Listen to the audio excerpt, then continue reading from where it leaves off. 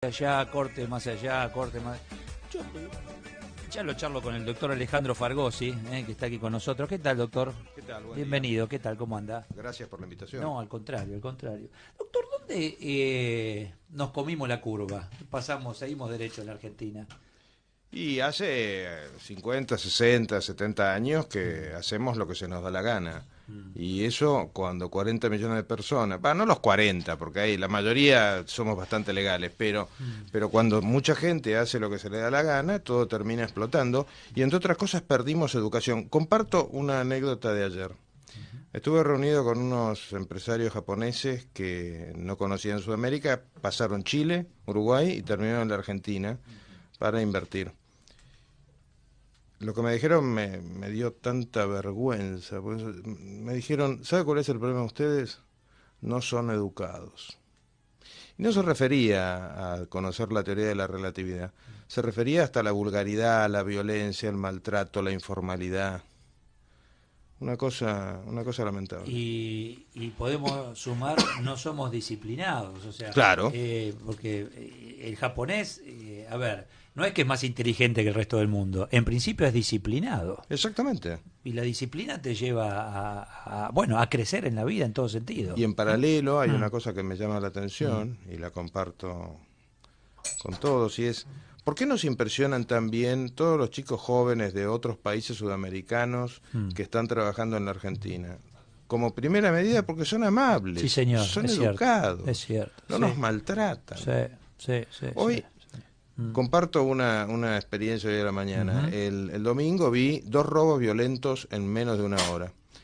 En ambos la policía se portó magníficamente. Hoy paré en una comisaría, la 17, para dejar una felicitación para los policías que se juegan la vida por nosotros todo el tiempo. Y que la verdad que hicieron lo que tenían que hacer a la perfección. La chica que me atiende, personal civil, no era policía, personal civil, con la 10 de la mañana, con la cabeza apoyada en el brazo, como si se estuviera durmiendo. Le dije, mire, yo vengo a hacer una felicitación, pero evidentemente no a usted. Claro. Porque no es de educación recibir a una persona que paga su sueldo con impuestos con cara de qué aburrida estoy. Por supuesto, ni siquiera me dijo su nombre, claro, pero digamos, y ese tipo de cosas, a veces yo siento que uno se está poniendo viejo y protestón, pero apenas salís de la Argentina, mejora. No, el mundo no es un paraíso, Sí, obviamente, por supuesto. pero ya hay una mejora significativa. Es que esto es lo básico, y lo hablo con hombres de negocios aquí permanentemente. ¿Hay trabajo? Sí hay trabajo. ¿Cómo hay que trabajar? Sí hay trabajo. El problema es que no consigo gente para distintas posiciones, y no porque no tengan el título académico, sino porque les falta lo básico: buen día, llegar a horario, no faltar. Totalmente. Y la prueba, volvamos a lo que charlábamos antes, todos estos chicos que vienen de afuera a estudiar, que me parece mal, en las universidades que pagamos todos gratuitamente ellos, nosotros las pagamos, Sí. que no me parece cuerdo, porque no nos da el cuero para pagar semejante cosa, pero bueno, dejemos eso de lado. ¿Por qué ellos consiguen trabajo y los nuestros no? El tema no es que falta trabajo, falta gana de trabajar, tema número 1, y como mínimo una vocación de hacer un esfuerzo cuando uno es joven. ¿No será que durante muchos años le han dicho a parte de la sociedad, él tiene y a vos no te dieron la oportunidad, entonces generan resentimiento en relación a esa persona? Vos pedí, que el Estado te lo va a dar. Tenés 4 aire acondicionados, pero puedo pagar 1 en cuanto al consumo. Sí. Pero yo merezco 4, así que lo pague. Sin saber que ese otro, el Estado, somos nosotros que bancamos eso. ¿No será esto, doctor? Le han dado una entidad a gente que no entiende que hay que trabajar para ganarse Yo estoy convencido los pequeños que sí. placeres. Estoy convencido que sí. Además el tema tiene nombre y apellido. Sí, claro. Se llama Gramsci, que era un comunista italiano que escribió un libro que se llama Cuadernos desde la cárcel, que el primer país donde se tradujo al castellano fue en la Argentina, donde él explica claramente que la lucha del comunismo contra el capitalismo no puede ser frontal porque pierde. Tiene que ser socavando las bases del capitalismo. ¿Y cómo se socavan las bases? A través de un montón de maneras bastante sutiles, entre fomentando la inseguridad para quitarnos el lugar en común que tenemos todos, que es la calle, hasta debilitar la convicción de que el trabajo es la fuente del progreso.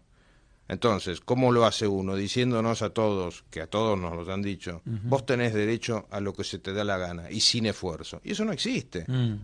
El primer lugar donde no existe es en los países comunistas, dicho sea paso, porque ellos tienen dos realidades. La realidad para la casa interna, para sus propios países, con códigos penales más duros que en el resto del planeta, por ejemplo, y la realidad for export para crear esta disolución social, que la terminan creando. Usted pertenece a la justicia argentina, es abogado, es miembro del Consejo de la Magistratura de la Nación.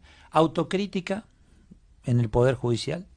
Sí, el tiempo que estuve en el Consejo, que fueron 4 años, del 2010 al 2014... No digo autocrítica suya en lo personal, sino no, en cuanto a ese poder, ¿no? Empiezo por la autocrítica en lo personal. Uno no puede ser, seriamente, uno no puede ser abogado durante 40 años como yo y miembro del Consejo de la Magistratura durante 4 y creer que es inocente. De inocente no tengo nada, entre otras cosas porque conviví con actitudes, conductas y prácticas que están mal, y la mayor parte del tiempo no dije nada. Lo que pasa es que se terminó esa etapa de mi vida. Ahora sí digo las cosas. Y las digo claro porque, de alguna manera, el problema de la justicia no es los malos jueces y los malos funcionarios, sino los buenos jueces, que son la mayoría, y los buenos funcionarios, que son la mayoría, que se callan por una malentendida solidaridad, por un malentendido espíritu de cuerpo, que es bastante común en la Argentina. Pasa en los abogados, pasa en los periodistas, pasa en los médicos, pasa en la política, pasa en muchos aspectos. El problema es que el Poder Judicial es una institución clave del sistema, porque es donde en definitiva nos defiende la última línea de la razón y de la justicia y de la cordura. Es quien debe mediar, ordenar que se apliquen las leyes. Bueno, y ahí es donde uno, a cualquiera, salimos acá a la esquina y le preguntamos a cualquier persona que esté, ¿qué pasa acá que cortaron hoy la 9 de julio? Y no se aplica la ley, te dice. Claro. Sentido común. Ojo, en esto es importante marcar algo, y es el problema de la aplicación de la ley y de la aplicación del todo el peso de la ley. No es solamente del que gobierna, en este caso en concreto Rodríguez Larreta, es también de la oposición. Porque, ¿qué pasa? Es obvio que a ningún gobernante, incluyo a Rodríguez Larreta, aunque ni siquiera lo conozco personalmente, pero lo incluyo, le conviene este tipo de cosas porque le desgastan su propia imagen. Pero sí, la aplicación de la ley implica que después todo el arco opositor sale a patear a la policía por haber, entre comillas, reprimido, no hay manera de aplicar las leyes. Y acá paso un aviso. La policía puede hacer dos cosas. No hay tres, puede hacer dos cosas. O alienta o reprime. O alienta al no hacer nada, o al aplaudir, o al proteger a los piqueteros, como pasa cotidianamente, o reprime. Y por supuesto que la represión implica eventualmente violencia física, porque si un señor le está pegando a un policía, no hay manera de dominarlo con besos. ¿Es mala palabra represión? En la Argentina, desgraciadamente, sí, eso también es más Gramsci. Pero, a ver, en los códigos, ¿es mala palabra? No, el Código Penal dice será reprimido. O sea, en realidad, en nuestro sistema legal y en el de todo el universo, ni hablar, repito, la Rusia soviética, Cuba hoy en día, Venezuela, los países más duros con la delincuencia son los comunistas. Esos son los más duros de lejos. Pero en todo el universo, la policía puede hacer dos cosas: o alentar, por acción o por omisión, o reprimir. Y se le paga para que repriman a los delincuentes, porque si no reprime al delincuente, gana el delincuente. Que es lo que hemos sufrido y seguimos sufriendo en Argentina. Totalmente. ¿Cómo puede ser que aparece alguien con el rostro cubierto, con un palo amenazante, a vos que venís con tu familia en el coche, y yo me tengo que correr? Y él sigue. Oye, es así. Yo me he convertido en un adicto a Twitter, donde se aprende mucho. Uno se puede desde reír hasta llorar en Twitter. Sí, ambas cosas. Sí, señor. Sí. Y hoy había un conductor de un auto que hoy, atrapado en esa marabunta de autos, decía: paro al lado de un policía para que me diga cómo salir de ese caos, y lo único que me contesta es: póngase el cinturón de seguridad. Claro. O sea, hay como dos realidades. Sí. Los buenos estamos obligados a cumplir cada vez más leyes y a pagar cada vez más impuestos, que es indignante. Los malos hacen lo que se les da la gana, sobre todo los malos poderosos, porque, ojo, los malos que se ensangrientan ensangrentan las manos, pese a que salen porque es una puerta giratoria buena parte del sistema judicial, algunos hay presos. La mitad que la media mundial, pero algunos hay presos. Pero de los que no hay ninguno preso, es de los delincuentes de guante blanco, de los delincuentes de empresa, de sindicatos, de abogados, de periodistas, de lo que fuere, que como tienen más cultura, no recurren a ensangrentarse las manos para robar. Lo hacen de una manera más sutil. De esos no hay ninguno preso. Y es más repudiable aún, porque son conscientes de lo que están haciendo. Por supuesto, por supuesto. El ignorante, el que es usado, qué sé yo, decir, bueno, este es pero es un imbécil, pero lo hace, ahora el otro es consciente. Por ejemplo, un haciendo. tema que ahora se está discutiendo, la elevación de las penas del delito de corrupción. Y hablan de 6 a 10 años. ¿Por qué 10 años? Si el delito de corrupción es un delito que hemos constatado que causa muertes, causa invalideces, causa desastres en una comunidad de manera masiva, y desde mi punto de vista por lo menos es como mínimo igual de grave que el homicidio. Para mí tendría que ir de 15 años a cadena perpetua. Y sin embargo seguimos con una actitud como blanda con los corruptos, pese a que nos destruyeron un país que tendría que seguir siendo la quinta economía del mundo. Ahí yo tengo a veces dudas, digo, ¿no será alguno parte? Entonces mejor no voy a fondo a ver si me salpica. Puede ser. Si voy a fondo, yo también voy a tener que presentar. Entonces vamos ahí. Yo veo que en estos últimos tiempos la justicia ha reaccionado, pero no a fondo.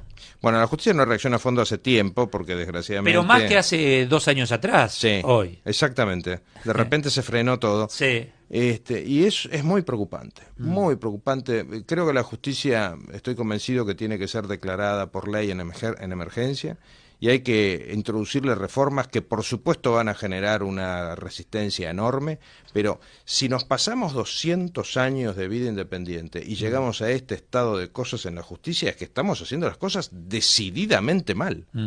Y si lo repetimos, vamos a seguir igual dentro de 10 años, 20 años y 30 años, porque ojo, Eduardo, la única ventaja que tiene que pase el tiempo y uno tenga 40 años de abogado, las articulaciones se quejan obviamente, es que puedo decir sin ponerme colorado que en un montón de aspectos antes funcionaba mejor. Y eso no debe ser así. Bueno, ahí aparecen colegas suyos que dicen, ojo, hay que observar bien la biblioteca. Hay una parte de la biblioteca abolicionista, etcétera, sí, de maestros que siguen con sus discípulos y están creciendo sus discípulos y ya son actores. Y la otra parte, ¿ganó la primera? Ganó la primera, ganó el abolicionismo, que fue introducido en la Argentina por un profesor que se llamaba Basigalupo y seguido por Zaffaroni. Y claro, las ondas de amor y de paz, cuando uno tiene 18, 19 años y empieza a estudiar, son mucho más atractivas que aparezca un señor con el ceño fruncido y diga que hay que cumplir las leyes. Porque cuando uno tiene 18, 19 años no quiere cumplir ninguna ley. Y eso va aprendiendo en la psicología del estudiante de Derecho, que el día de mañana es un joven recién recibido y después se convierte en un juez o en un abogado. Pero ¿y la interpretación de ese juez hoy? ¿Qué pasó? Bueno, de alguna manera es lo que dijo el propio Zaffaroni en una entrevista en el año 2003 en la revista Rolling Stone, y cito casi de memoria y casi literalmente: lo primero que hago cuando entrevisto al detenido, decía él recordando sus años de juez, es pensar o es ver cómo lo hago zafar a este. Y si no lo puedo hacer zafar, ¿cómo le reduzco la pena? Con ese criterio, o sea, si los que tienen que aplicar el Código Penal lo quieren destruir, es evidente que uno tiene que encomendarse a Dios, no a las leyes. ¿Y esa línea de pensamiento, esos individuos que dicen cuando les pasa a ellos?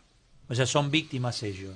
¿Qué le dicen al victimario que lo tienen ahí? ¿Lo mismo? A ver cómo lo hago zafar. Hay más de uno que ha cambiado.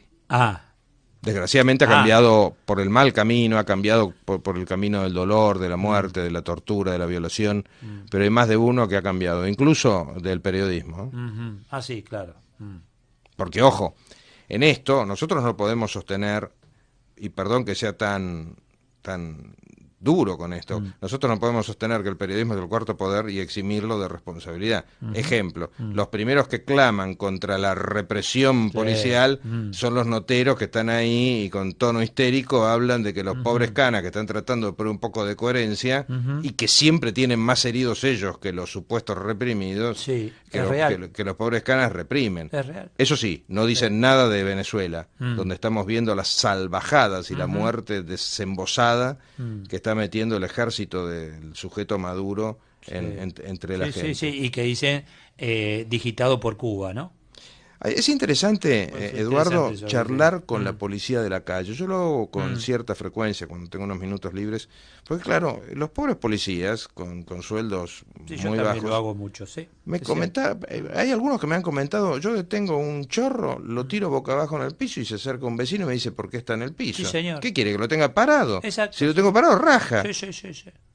Sí, es cierto, eso te lo Nosotros dicen. estamos un poco Sí, raros. o sea, una sociedad incoherente, ¿no? Y contradictoria. Totalmente. Ujú. ¿Por qué lo trata así? Hace acá unos meses, en la puerta del Teatro Ópera, estaban haciendo control de motos. Entonces paraba, subían, y yo salía del café, venía para la radio.